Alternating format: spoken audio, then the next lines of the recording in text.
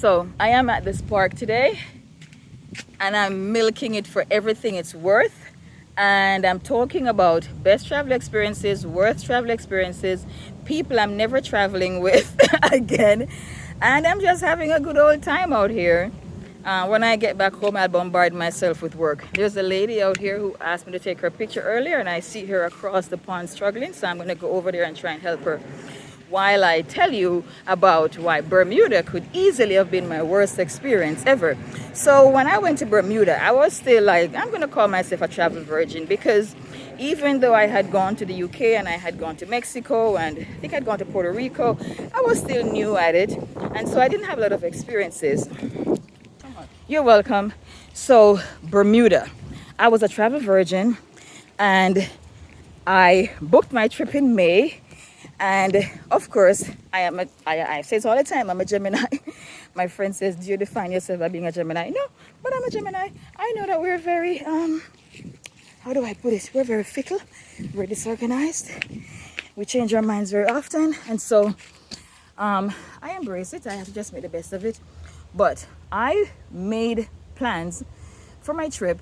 I booked the flight, but I did not plan my hotel. This is something I do all the time. I never book vacations. I always book one and then book the other. And sometimes I take my time, too much time, booking the accommodations. So after I had my flight nicely booked, I was ready to look for a hotel. When I tell you I could find nothing in Bermuda for that weekend, I searched high and low. The most affordable hotel that I could find was $500 a night. I was a student at Lehman College. I could not afford $500 for the whole trip, let alone per night. So I was emailing people left, right, and center, all up and down Instagram. Airbnb, hotels.com, everywhere. Nobody had anything under $500. Then I found out I had booked my trip in the weekend of the America's Cup. I've never heard of it.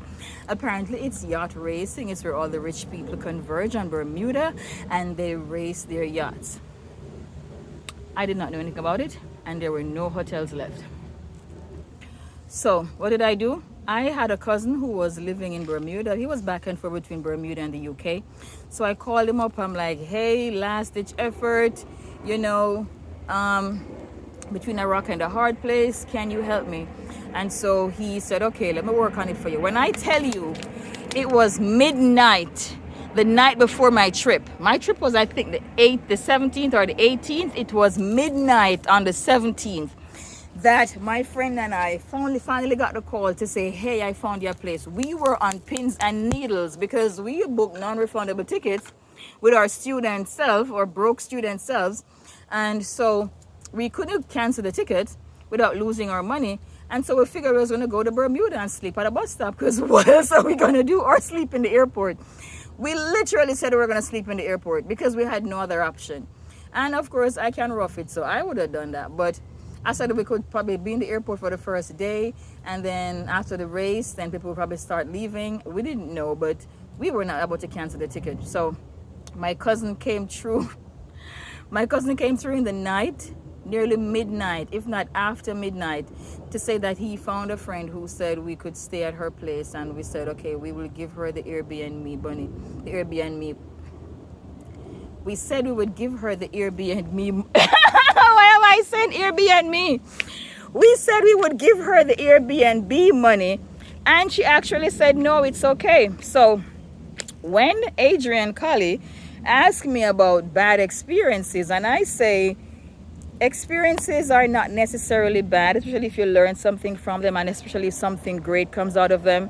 This is what I mean. She said, we were nervous. So us being nervous and terrified that we're going to lose our money could have made it a bad experience, or could have gotten it classified as a bad experience. But she came through in the night. She said we could stay, and she didn't want the money. And that was it. The worst part of being in Bermuda, though, was that, I don't know if it's common in Bermuda or where she lived, but we didn't have any water. We had to make do with the tiniest bit of water for showering.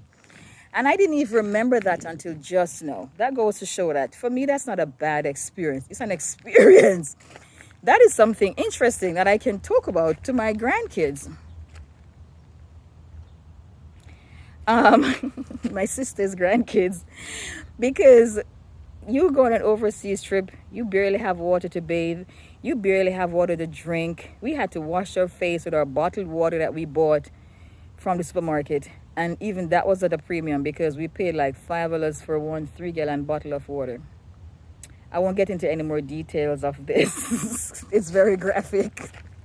But we made do, we survived, we came home, and I live to tell the story of how Bermuda could have been one of my worst experiences, and yet it was probably one of my most beautiful still.